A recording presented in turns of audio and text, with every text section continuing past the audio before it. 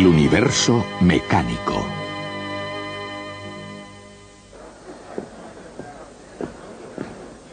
Bienvenidos a una aventura de la mente que comienza por mirar hacia adelante a la visión y al sonido de el universo mecánico. Hay algunas actividades del hombre que la mente asocia con un determinado lugar por considerarlo como el lugar ideal para tal actividad. Por ejemplo, yo no soy aficionado al juego, pero si fuera jugador no me metería en un oscuro cuarto trastero a jugar al póker. Mi ideal sería irme a Monte Carlo y allí en su magnífico casino jugar a la ruleta. De la misma forma, si pienso en el tenis, pienso en Wimbledon. Si en carreras de caballos, en Kentucky Derby. Si en ópera, pienso en La Scala. Y si pienso en física, si quiero estudiar física, el lugar más indicado es Caltech. Y por eso estamos aquí, en el Instituto Tecnológico de California.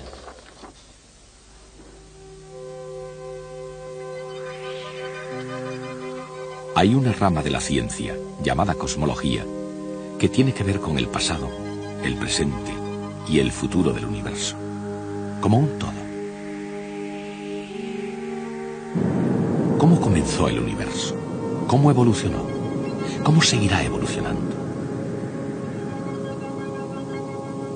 Y en la ciencia hay también otra rama, en el campo de la física para ser más exactos, que se llama mecánica. La mecánica se ocupa de algo que tal vez tenga poco que ver con la filosofía, pero no por eso es menos profunda. ¿Cómo empezó la mecánica?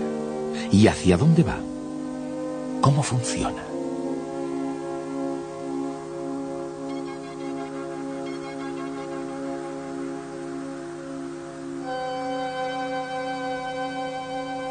Desde la más pequeña partícula hasta el más grande racimo de galaxias, ¿qué es lo que mantiene a todo en movimiento?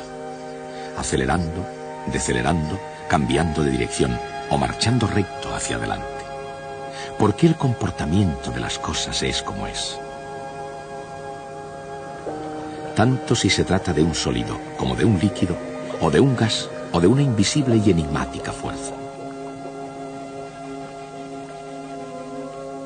Exactamente, ¿cómo influyen entre sí y por qué? Todas estas preguntas, desde la más simple a la más complicada, no han surgido recientemente. Existían ya desde que hubo hombres para poder planteárselas.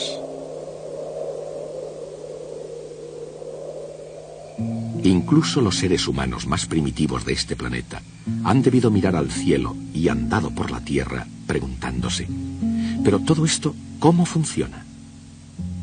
Aunque ellos mismos ni siquiera fueran conscientes de que se lo estaban preguntando. Esos hombres fueron los primeros en intentar descubrir y comprender el universo mecánico. Si existe alguna clave para poder entender el universo mecánico, se encuentra en el campo de las matemáticas. Y en las primeras civilizaciones, los mejores matemáticos que hubo fueron los griegos.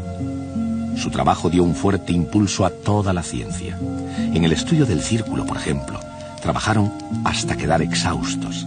Y eso fue precisamente lo que dio lugar al número pi. A pesar, o mejor aún debido a tantos descubrimientos geniales, los griegos se quedaron retrasados. Una vez superada la Edad de Oro, concedieron menos importancia a las preguntas que a las respuestas. Así que el mundo, preguntándose demasiado poco, conjugó la mecánica de Aristóteles con las ideas de Platón. Y finalmente, la sabiduría tradicional acabó aceptando el sistema solar de Ptolomeo, según el cual los planetas giraban uniformemente alrededor de la Tierra exactamente en círculos. Eran respuestas en vez de preguntas que no se discutieron hasta el Renacimiento. La orientación intelectual de la civilización de Occidente acabó alineándose al inacabable argumento circular del ideal platónico. La pregunta no es exactamente por qué, a no ser que sea por qué estropear la perfección. La pregunta es, ¿cómo? ¿Cómo 1500 años después de Ptolomeo pudo romperse el círculo que era perfecto? ¿Y en qué puede parecer una contradicción lógica? ¿Cómo pudo reformarse un nuevo orden del mundo en el crisol de la revolución científica? Todo esto dio comienzo cuando un monje polaco extremadamente curioso, Nicolás Copérnico, miró las estrellas y vio las cosas con una luz diferente. En el sistema solar de Copérnico, es la Tierra la que gira alrededor del Sol y no al contrario. ¿Por qué vio Copérnico el universo de esa forma? ¿Y por qué desde un punto de vista científico su opinión hizo que Copérnico fuera el primer revolucionario del mundo? Un puente intelectual que había resistido miles de años comenzó a tambalearse con los vientos de los nuevos cambios. Los pilares de una comunidad académica de la antigüedad estaban amenazados por preguntas peligrosas.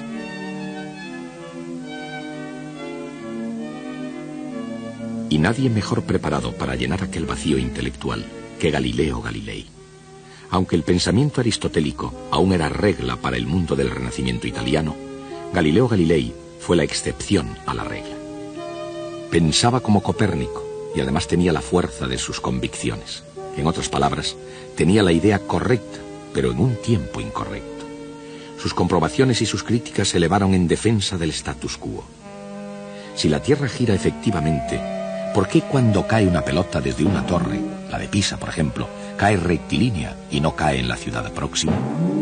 Las respuestas comenzaron a ser más arriesgadas que las preguntas. La Iglesia, que le consideró tanto una amenaza para Roma como una afrenta al sentido común, le aconsejó que dejara que las cosas siguieran como estaban. Pero Galileo, tanto en la teoría como en la práctica, explicaba sus hallazgos cuando ya todo estaba dicho y hecho, y demostraba así lo que parecía ser imposible. Bien, aquí tengo una pluma y un martillo. Los dejaré caer aquí mismo. Es de suponer que los dos golpeen en el suelo a la vez.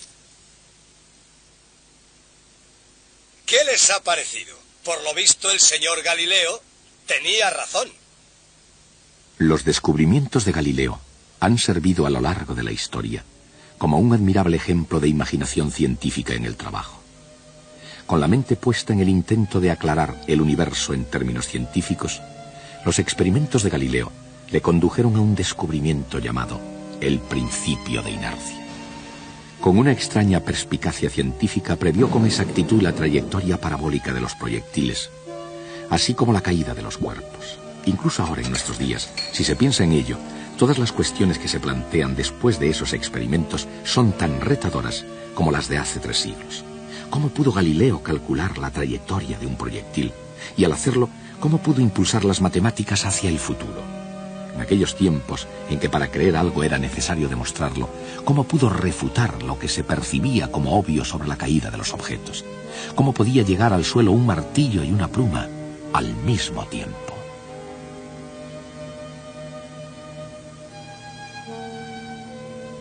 Cuando en 1633 Galileo cayó en desgracia, ¿por qué todo el asunto del universo se había convertido en una gran preocupación para todos?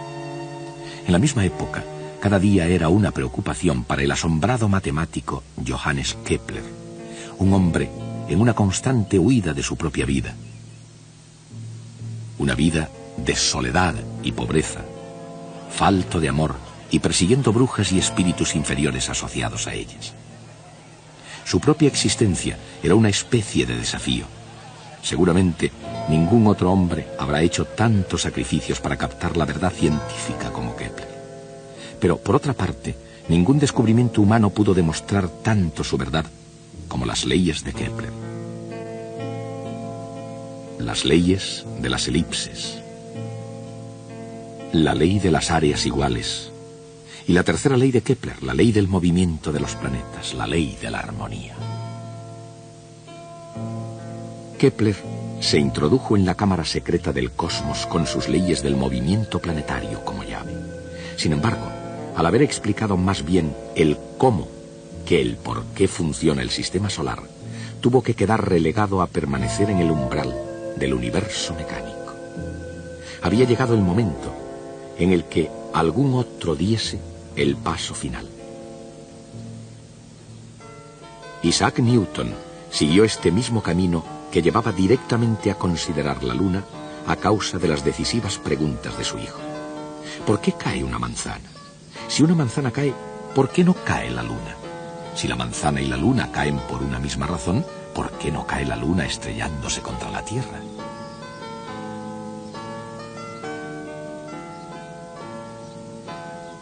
Ante estas preguntas, auténticas cuestiones para toda una vida, Newton se sentó con mucha calma y pieza por pieza fue destruyendo más que reparando toda la maquinaria del universo aristotélico de la antigüedad. Y entonces, con sus respuestas, igualmente asombrosas, creó algo para sustituirlo: el universo mecánico. Un universo mecánico, predictiblemente bien ordenado, que obedecía con precisión a las leyes matemáticas, y con las leyes del movimiento y la capacidad para poder asumir casi todos los retos de la física. Con su ley del movimiento, nada diferente al encuentro de David con el gigante Goliat, Isaac Newton aprovechó todas las posibilidades de la mecánica, armado de una aguda superioridad de fuerzas y un conocimiento muy preciso de las trayectorias. Y la ley de la gravitación universal. Newton llegó a ser un experto más que cualquier otro ser humano antes que él. Por ello atrajo gran atención y una considerable fanfarria. No obstante, para la ciencia las respuestas son solo una parte del pasado, mientras que el futuro pertenece a las cuestiones que vayan surgiendo. Lo cual quiere decir que incluso las leyes de Newton solo fueron un comienzo en la dirección correcta.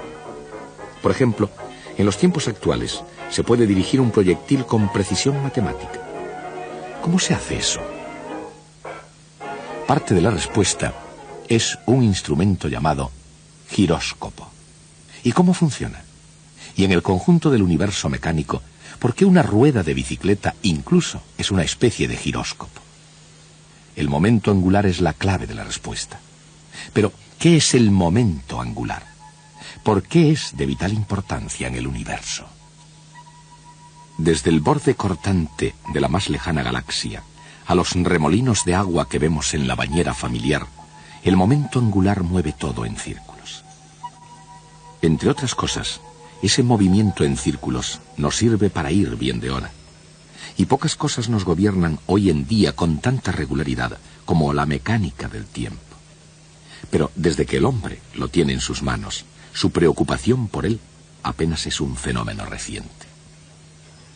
Lo que, en comparación, sí es muy reciente, es el fenómeno de la exactitud en el tiempo. Se fue aproximando poco a poco, día a día, durante 4000 años, hasta que por fin se llegó al entendimiento del movimiento armónico. ¿Qué es el movimiento armónico? Y cuando llega abajo y arriba, ¿cómo funciona exactamente?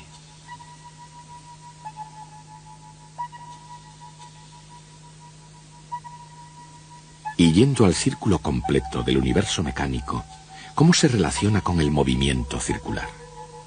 La respuesta no es tan misteriosa como a simple vista pueda parecer, y no hay razón para acercarse a ella dando un rodeo. Sin embargo, a veces ayuda. Todo lo que hay que hacer es un pequeño cálculo diferencial. Mientras los cálculos de Newton se extendieron por todo el universo mecánico, el alcance de su generosidad fue mucho más estrecho. El barón Wilhelm Gottfried von Leibniz llenó el paisaje europeo de una gran confianza, y había buenas razones para ello. Como diplomático alemán y matemático, Leibniz tuvo tanto éxito que Voltaire le caracterizó como el compendio del optimismo.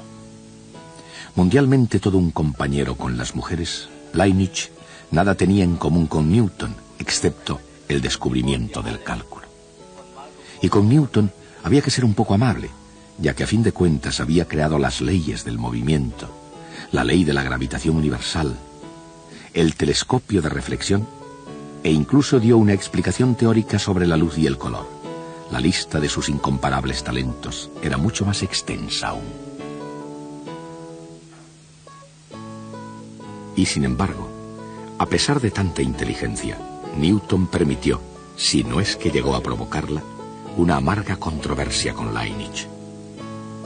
Este episodio, uno solo de los dramas emocionales del universo mecánico, puso en peligro la buena reputación de un hombre y la salud de otro.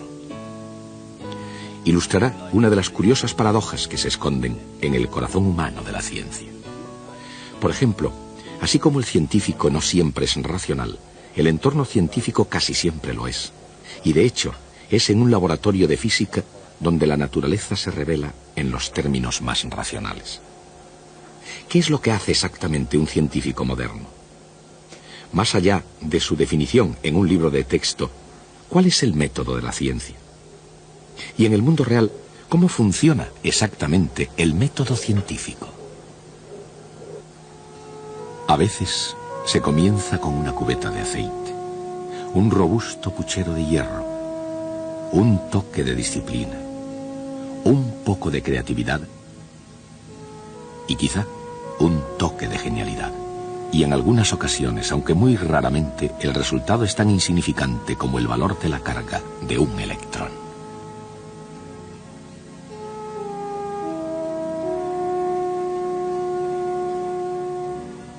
¿Quién fue este físico y de qué medio se pudo servir para llegar a ser uno de los hombres más famosos de la historia de la ciencia?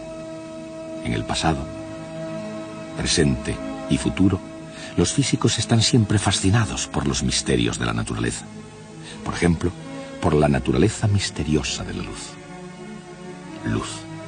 Solo poder captar esa idea ha sido algo tan difícil como entender la casi incomprensible inmensidad del universo. La velocidad de la luz ha sido aún más difícil de entender. ¿Por qué tiene un valor específico? ¿Por qué se le llama constante fundamental? Y exactamente, ¿qué es una constante fundamental en la naturaleza? Henry Cavendish conoció la respuesta al medir la constante universal de la gravitación de Newton. Para medirla, Cavendish no solo pesó el extenso imperio británico, él pesó todo el planeta. ¿Cómo pudo hacer eso? Sin duda alguna, no fue jugando al billar.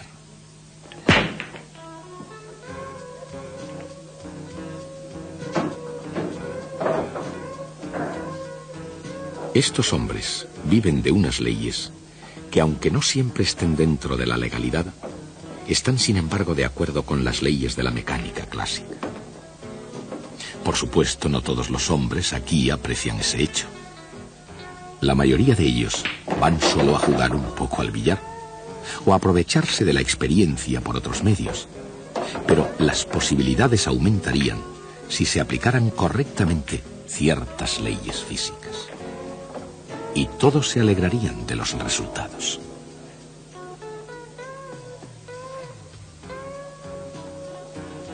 Los efectos dependen de la ley de conservación del momento, que al igual que el juego de billar, tuvo su origen en Francia. A principios del siglo XVII, René Descartes crecía en su amor por las matemáticas considerándolas una criatura de Dios. Como filósofo, buscó una explicación a todos los fenómenos en el mundo. En ese proceso, Descartes no solo concibió la conservación del momento, sino que además descubrió la geometría analítica, y con tal descubrimiento cambió para siempre el campo de la matemática. ¿Y cómo pueden los grandes investigadores científicos acercarse a un terreno desconocido?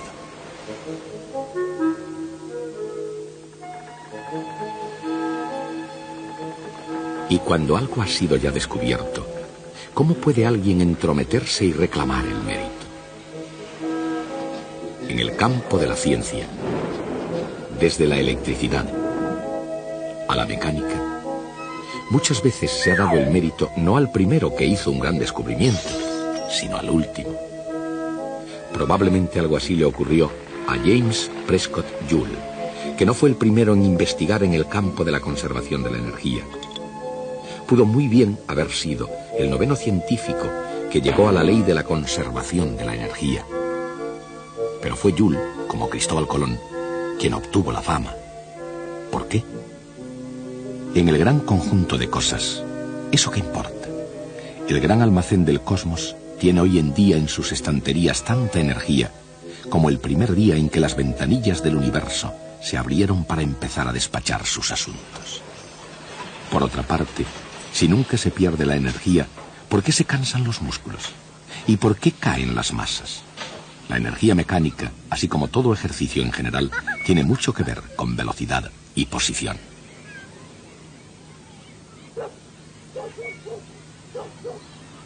Para una perspectiva diferente de cambio en las posiciones, fíjense en el cambio de rumbo del buque. Un desafío, si es que ha habido alguno, para el universo mecánico. La electrónica sofisticada, los espléndidos dispositivos de seguimiento, personal sin comparación posible. Estos son los recursos de un guardacostas de los Estados Unidos. Y entre bastidores hay dos análisis vectoriales. En una situación de peligro o en una clase, ¿cómo puede la matemática vectorial sacarnos de la dificultad?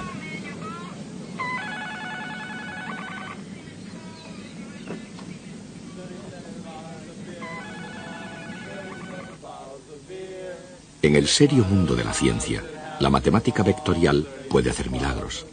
Así es que la pregunta no sería si puede sacarnos de una dificultad, sino si tiene que hacerlo. Por otra parte, ¿es esto música? ¿O se trata de una grabación en cinta Memorex? Un anuncio comercial ilustra tanto una reproducción excelente como un fenómeno físico de resonancia. ¿Pero qué es la resonancia? ¿Y cómo son sus muchas formas oídas por todo el universo mecánico? ¿Cómo puede una simple voz humana, aunque sea tan potente como la de Ella Fitzgerald, producir tan demoledores efectos? Y en la inmensa atmósfera del universo mecánico, ¿cuáles son otras formas de sonido y de violencia? Estos tres hombres emprendieron un viaje que superó al de cualquier explorador de la Tierra, desde que se iniciaron los primeros pasos hacia lo desconocido. Pero su destino había sido previamente determinado por ingenieros, científicos, técnicos, visionarios, investigadores y pilotos de prueba. Y estaban dotados de magníficos planos y del mejor equipo. Pero como el cohete mismo, surgía una pregunta inminente. ¿Cómo es posible ir desde aquí hasta allí?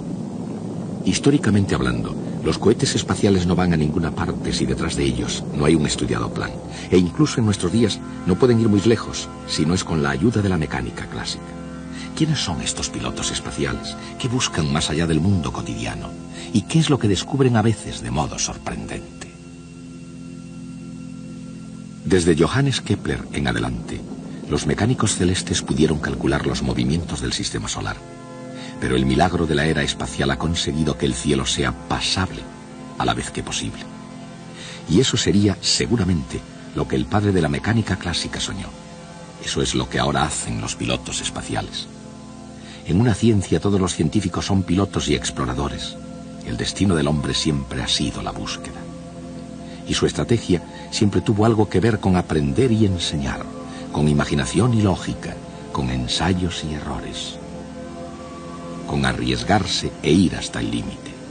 No solo la estrategia que se quiera emplear, sino el propio universo pueden llegar a convertirse en una especie de juego cósmico.